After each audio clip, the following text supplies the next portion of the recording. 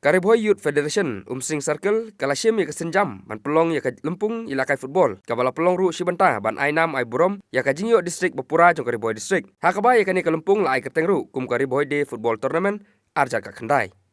Ya kani ke lempung ilakai football la pelong hapuk Kamadan jong ka umran yang bernai. Hakaba ka kunhun jong ka umran yang bernai kalayora ya kanam kum kaladu jong kani ke lempung.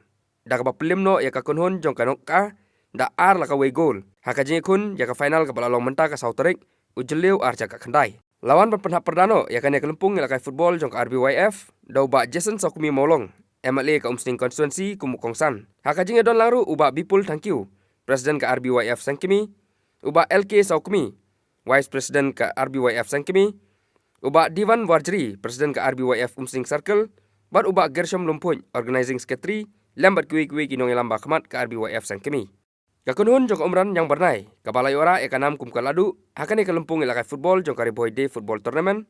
Kalayok kung ya kasong pisa kaba arpsan hajar tengka, lembat ke trofi. Katba kanong ka, kalayok kung ya kasong pisa kaba 10 hajar, lembat ke trofi. La samru ki kusnam shimet ki bakuntuk ya kanam best goalie, layora da ushobal sengkli, best player lara da Andi Lapang, bat top scorer layora da Usyam Makri.